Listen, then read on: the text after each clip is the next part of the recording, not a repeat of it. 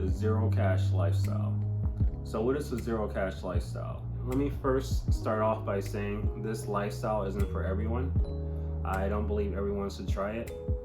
If you're kind of like me, if you're a minimalist, if you don't require much, you don't need much, try it out, see if it works for you. It's a lifestyle essentially where you live with basically having anywhere from $2 to $5 on hand. That means you only have available to you a few bucks. You have a bank account, which I primarily use for this strategy. That's my day-to-day investment spending bank, as I like to call it. And this bank is Fidelity.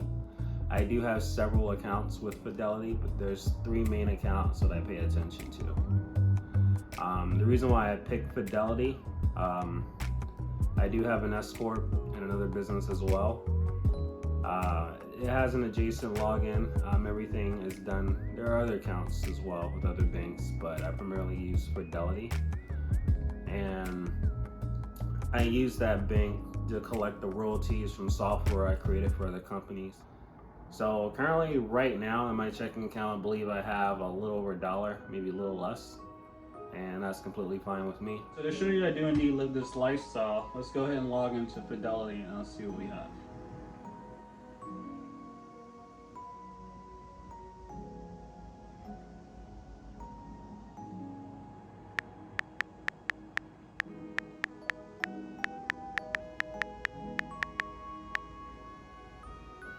So this is my everyday personal investment account. So this account never really has any more than 5K in it.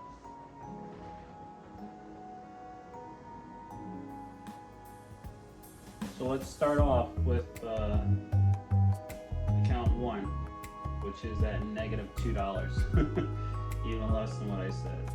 So this is my main account where I transfer to make the payments, and then there is the account 2, which is the deposit account, which mostly everything gets deposited to. And then there is the investment account, which is where I make my other investments. So I do have several other accounts with Fidelity, but those are the ones I focus on. And again, I do have several logins, one other personal, and then 2 other businesses, which we won't get into in this video. For my everyday banking, I use Fidelity, and there's 3 main accounts I use, which is account 1, is my spending account, account 2, which is my direct deposit account, and account 3, which is my investment account. So the account that I pay attention the most is my investment account. My spending account is just there for anything that I may need, like toiletries, groceries, splurges, like if I want to go to Pizza Hut or Pieology, Mod Pizza, wherever. That account is there for me, the spending account. That's also the account I try to keep no more than $2 to $5 in. And then there's the investment account, which is the bulk of the money. By bulk, I try not to keep any more than $5,000 in this account overall. Any excess money gets redistributed through supplemental accounts, other larger accounts. There's many other accounts you can choose from. I currently have quite a few. So let's look here. So if we go to investing, you'll see my primaries, my Fidelity, Vanguard, Interactive Brokers, and TD Ameritrade. I use, again, Fidelity for everything. And then secondary is TD Ameritrade, then Vanguard is number 3. Interactive Brokers, Lightspeed is more of my heavy trading accounts, which I honestly haven't touched in quite a while. I do have several logins for E-Trade. I don't really touch that one as well, which I need to start doing. So supplemental accounts, other than the ones I mentioned, would be Webull, which doesn't have that much in it. Binance, Coinbase, blockchain. Coinbase and blockchains for another video. I also do a lot of heavy crypto investing. M1 Finance, OpenSea, not going to mention FTX for several reasons. Robinhood, and we have Uno, and then several others. And if you pretty much go in the App Store and just look for trading or investing, you'll see tons more options. Worthy is another one that I use, which pretty much rounds up anything that I have, and then we invest that into bonds. Another one like that is Acorns. I'm not seeing it here, but somewhere in my account that also rounds up and invests. So investing is a big part of my life. My phone is flooded with investment accounts and supplemental investment accounts. It's kind of a hobby. It's kind of a passion of mine as well. So those are it. Be sure to look in your, whether you have iOS, Android, check your app store, go online, research. There's plenty of investment apps, plenty of investment platforms to choose from. I would suggest an investment bank. I do have Chase as well, and Chase does allow you to do investments. Now, they didn't always do that. So let's backtrack. So we do have 3 accounts: our spending, our direct deposit bill account, and then our investment account. So let's say we have a job, right? Let's say it's a simple job. We're making around $3,000 monthly. That's $1,500 bi-weekly. So let's say we're starting out. We have 3 accounts, and 2 weeks go by, we get paid. That's $1,500. So we don't want to invest that right away. We have expenses. We have bills. So let's say rent is $800. So we take out $800, rather leave it there to be automatically pulled out from that account, or we can switch it to our spending account so we can make that payment. For me, to make payments, I like to move things to my spending account and then make that payment. So let's say, for argument's sake, $800, move to the spending account, we make that payment. That $800 is gone, we're now left with $700. So again, this all depends on you. I like to set aside at least $100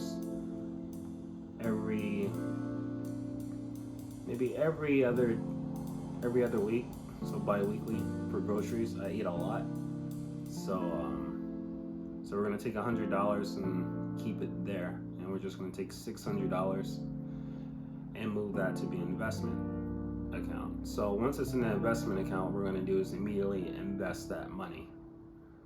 So we're gonna invest it in either stocks, bonds, crypto, NFTs, ETFs, mutual funds. You can even have it as a robo-advisor account, which automatically invests the money once it's deposited and the market is available.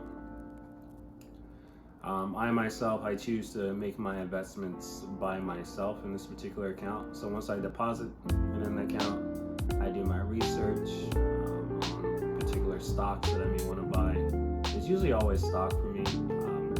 Fidelity, at the moment of this recording, doesn't allow for crypto to be purchased, so I just use stocks, ETFs, bonds. So it's primarily stocks, to be honest with you. It's stocks.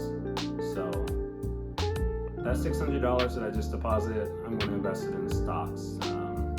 Diversifying it is key. You can keep it all in one stock, but I prefer to diversify it. I like dividend paying stocks, so once my money is invested in that stock, I particularly don't move it. I like to collect on the dividends. So if I do need to liquidate, I'll liquidate. It takes 2 days to process, and that's that. Alright, so another 2 weeks go by, we have another $1,500 deposited. So we already made our rent payment. You may have other payments like your phone bill, your car payment, or whatever. You may want to buy more groceries, and you just take whatever amount you need, set that aside, move the remainder, throw it in the investment account, and invest it. You want to make sure you have enough for transportation, like gas and whatnot, or any other expenses you believe may come up. So once it's in an investment account, we invest it again. And we're going to repeat that every week or however you may get paid. Just set aside what you may need for that particular time into your next deposit, and you invest the remainder. And I continue to do that up until this day. So again, Fidelity, I like to keep no more than 5K in it. I do have other accounts, a lot more accounts where I have way more, like Lightspeed, which I haven't touched since probably 2.5 years ago. That has quite a bit of money that I use for day trading. But it all depends on you. So any money that's deposited in that checking account too. So whether it's your direct deposits from your job, your career, your royalties, if you're into that, it gets deposited there. And any money that you need to set aside for bills and expenditure, do that. Move to the spending account, or just keep it there. And then move what you need to your investment account and invest that money. So that primarily leaves the spending account with just a few dollars on hand when you need it. I don't require much. All I do is eat. I do buy tech every now and then, but it's usually calculated and I know exactly what I'll need for that purchase. Although I should be using a business account to buy these things, which this tablet was used by my was acquired business money. But anyway, those are my 3 accounts. Oh, another question you may ask. So let's say an emergency arises. Your car breaks down, you're in need of money, and you literally just have $2 or $3 in your spending account. Everything's invested. What do you do? So this is why I say it's my everyday investment bank. So if I ever need to liquidate something, I can liquidate it. It takes 2 days for Fidelity to liquefy an account. If it's liquidated on a Thursday, sadly you'll have to wait till Monday to see those funds, which is in the situation I'm in right now. I liquidated Thursday and I won't see money until Monday. So that's that.